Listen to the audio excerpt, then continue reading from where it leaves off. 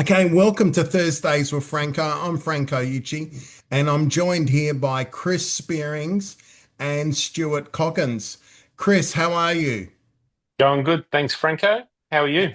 I'm very well excited about today. And Stuart, Yeah, good to see you. It's been way too long. It's it great to be has. back.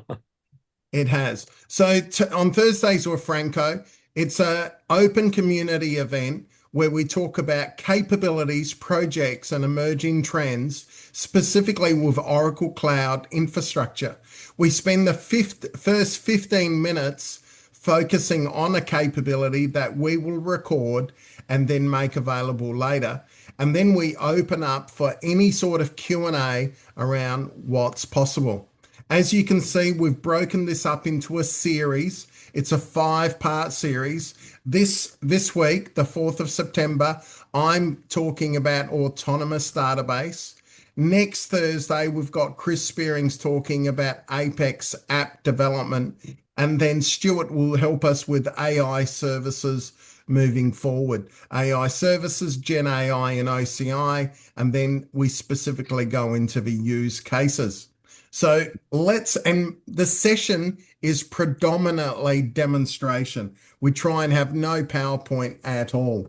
So Stuart and Chris, let's get started. Um, Go. so the first thing I'm going to do is say I've just logged on to Oracle Cloud Infrastructure. Oracle Cloud Infrastructure's got compute, it's got storage, it's got networking capability, Oracle database, where we'll spend a bit of time. It's got lots of other types of databases, analytics and AI capabilities, developer services, identity and security, observability and management, being able to use hybrid capability, talking to your own data center or others, um, migration, billing and cost management, governance and admin, and marketplace. So that's where we have other capabilities able to be stood up.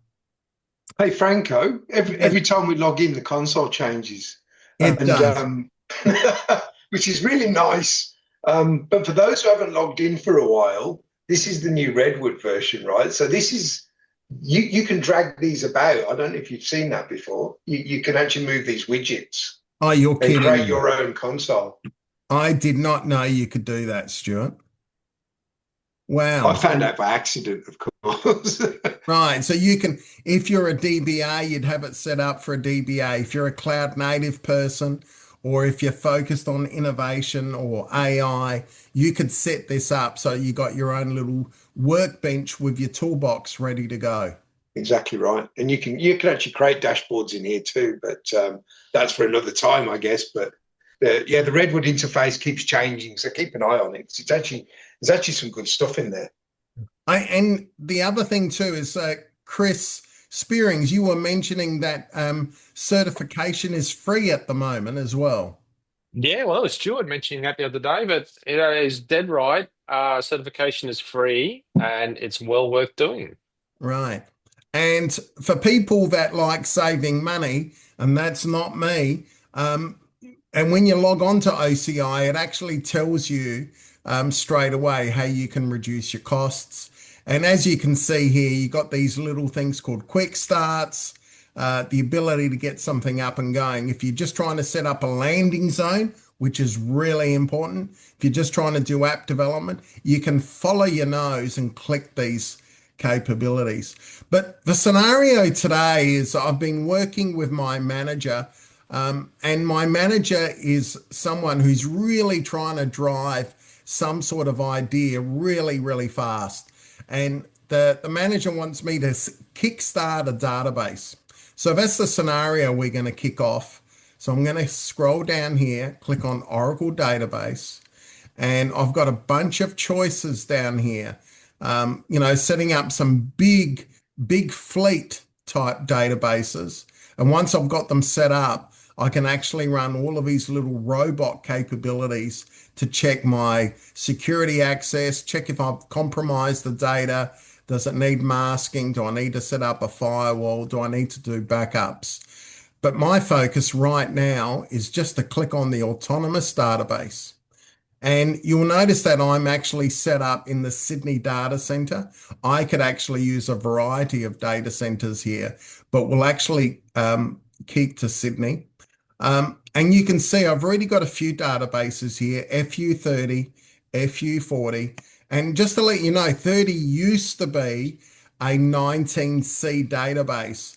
And this last weekend, I said, could you please upgrade it when you get time? And it upgraded itself. And I tend to do a lot of work in FU40, and I'm pretty proud of the work I do in FU40. So I've cloned it. So that was another one button click, and it's called Clone 89. And I've got another one here that I did for a workshop. And I've got another one here, which is purely a developer version, which we'll talk about shortly. But let's go off and hit that click. And I'm just going to call this FU 105. Because you can never have enough, right? You never can have enough autonomous databases. And the very first thing you see is I can actually decide whether I want to set up for reporting purposes or mixed workloads. Transaction processing is really good for a combination of transaction based or reporting. And yeah, we'll actually look at how much these things cost in a minute. But I can also decide I just want a JSON version, just purely JSON documents, or purely Apex. I'm going to go the best of every world and pick transaction processing.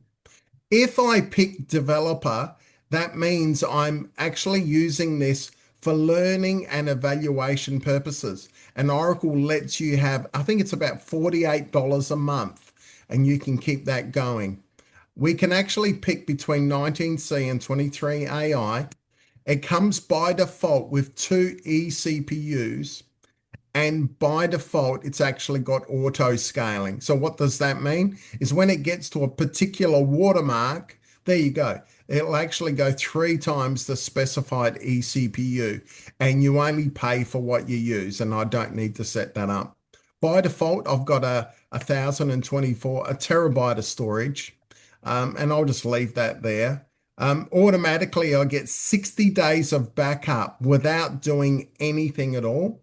And the hardest thing for me to do is put in my password.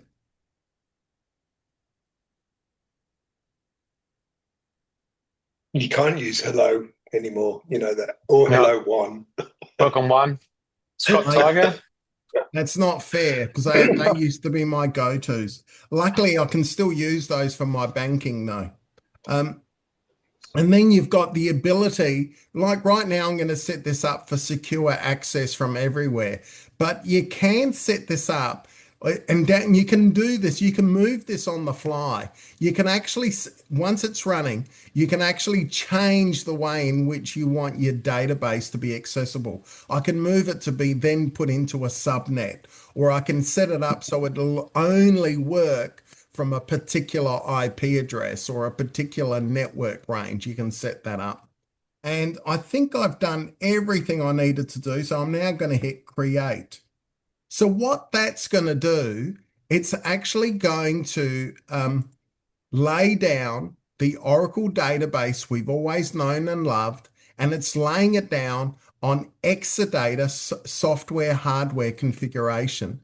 And we're not having to pay that much for it. Now, if you say, how much are we paying for it?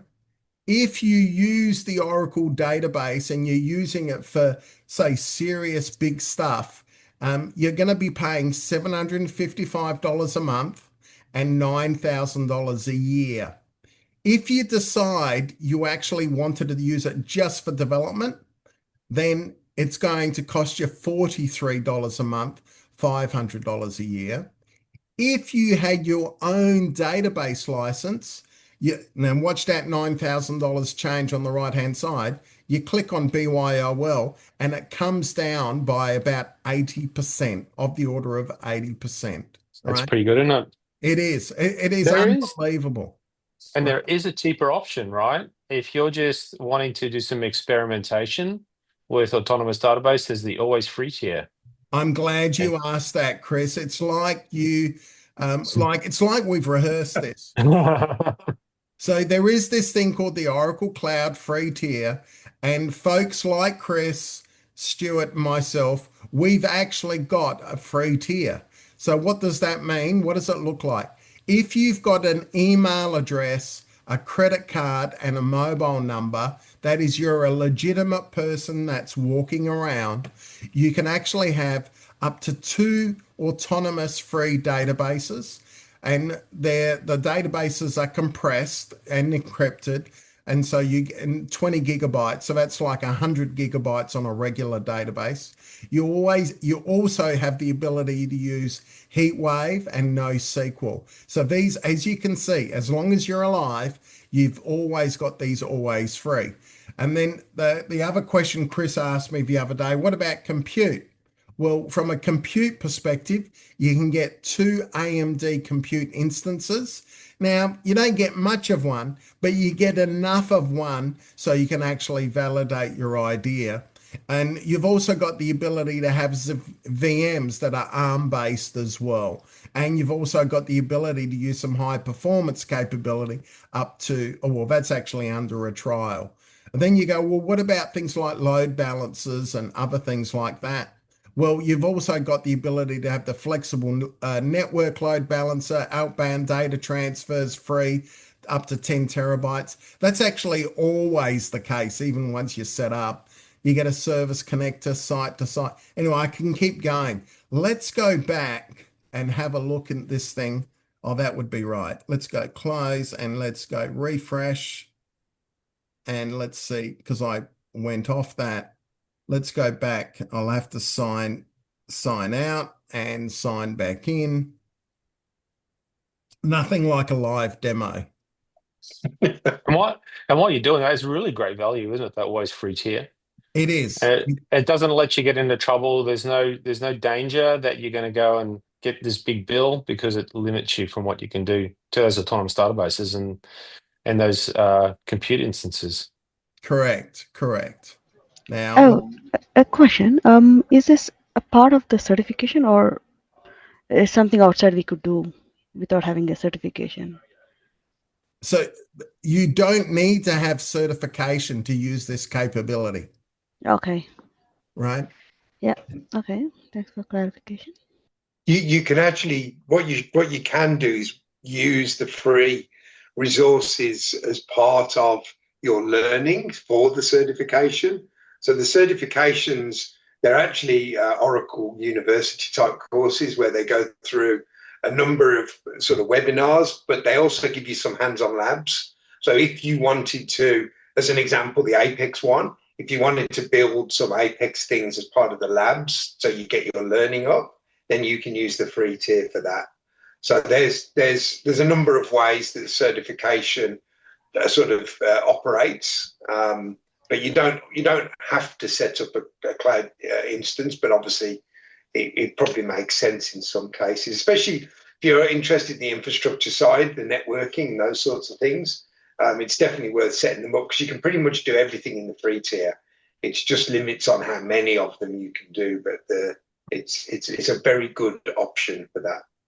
I got one more question for you, Franco, before you get into it. If you decided that you wanted to start a database in, say, Japan, is there any difference in what it's going to cost you? That's a really good question, Chris. It costs exactly the same. And all we've got to do is actually decide whether we want to put it in Japan East, which is Tokyo, or there is another one here as well, but I'm not going to focus on that. Yeah, the price is exactly the same, whether we're in London, Frankfurt, Phoenix, etc. So we've actually now provisioned this autonomous database, and all the details, we've got the backups here. I can actually enable disaster recovery with one button click. I can enable full stack disaster recovery here.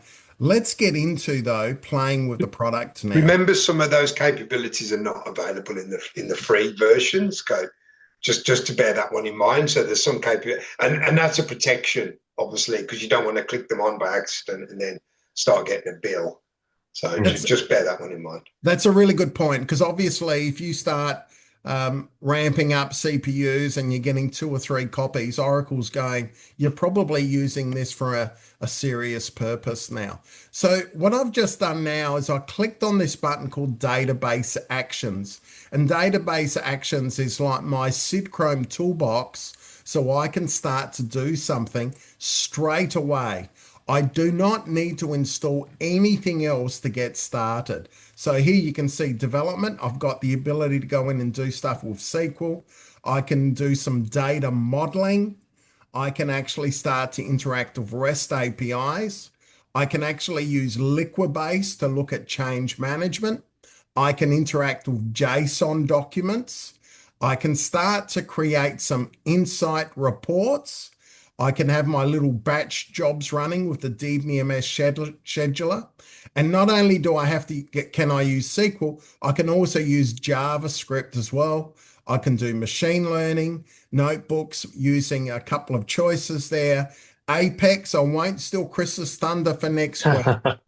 And then there's Graph Studio. This looks like a really exciting area that I'm really keen to learn more about in the coming weeks as well. We've also got data. If I click on Data Studio and you're doing something where you're wanting to discover your data and then start to shape your data and then make it available for other people in your organization, creating a catalog, setting up data analysis, setting up some publish and subscribe capability.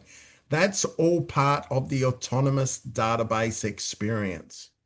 Then we've got the administration capability where you can add users, workspaces, etc. We don't have time today to go through all of these. Let's just go in and have a look at what's possible from an SQL perspective. So I'm just going to click on SQL. And it's bringing up a version of SQL Developer, but that's actually in the browser. It's just letting me know straight away, hey, do you know what you're doing logged in as admin looking at this data? So I'm just going, because this is purely for a demonstration, so you can see I'm looking at all the schemas. What I do want to do though, is actually go to show you there are 2 schemas that bring test data. One is called SH, stands for sales history. And if I go here, select count star from sh.sales, and I'm just going to go off and hit the run button here, and we'll get something that's just under 1 million records. And you go, wow, how does it have 1 million records in there? And that's because it is encrypted, and we have the ability to actually do this testing capability. And you can use this for learning and for validation of lots of ideas. The other one that's even more incredible is this thing called SSB. So if you thought 918,000 records was a lot, I'm now going to go here and go select count star from SSB dot line order.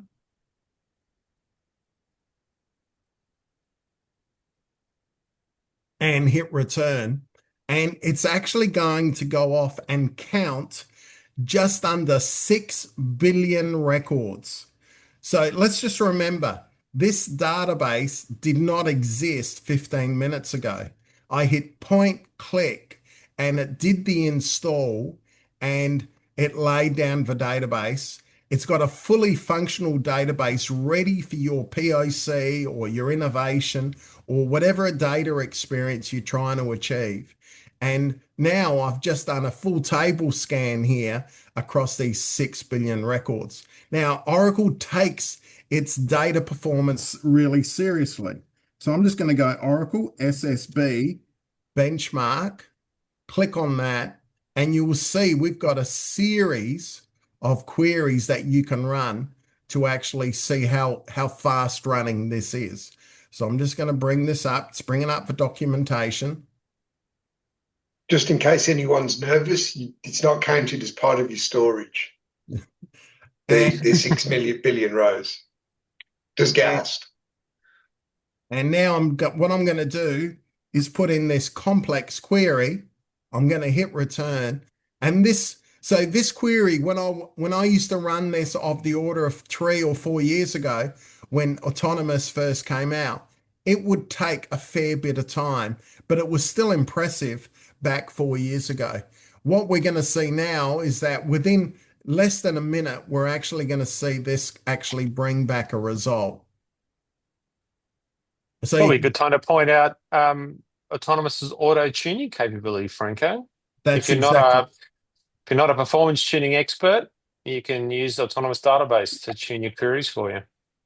That's exactly right, Chris. So the idea is you do not need to do, you don't need to worry about performance at all. So I'm just going to click query again. I'm going to go off and find something a little bit more complicated, a little bit more abstract. And then what I'm going to do is come back here, and this should finish within the 10 seconds or so. I'm then going to add a few CPUs to this and actually show you there is no downtime, right? And that the Oracle Autonomous Database is the only database on the planet where you can make software, hardware configuration changes with zero downtime. So we've got a result there. And I'm now going to put this more complicated one in. I'm going to hit, I've hit that query. I'm going to go back to the config screen and I go, okay, refreshable clients, work request guide. I wonder where that is. Come over here, manage resource allocation. That looks like it. And I'm currently sitting at two eCPUs. I'm going to change that to 4 eCPUs and hit apply. So what you see now is that scaling is in progress. If I go back to my SQL window, my code is still running. So what does that mean? If I had Apex developers, if I had Java connections, Node.js, whatever I had, that would show no downtime, no interruption at all, apart from that phone call. And you can see that scaling in progress is still occurring. Oh, but now it's available. Done. Go, Stu. No, I said there you go. It's done while you were talking that quick. Right. So that, and I'm going to just come back to that. So this was just a really quick intro. We provisioned the autonomous database. I showed you we've got the toolbox capability with the database actions, development, data studio, admin.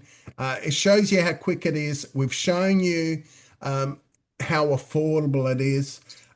We really haven't spent much time, but if you do an Oracle Live Labs, we've got lots of workshops there. I think we'll leave that for another time. But I might actually stop there and open up for questions.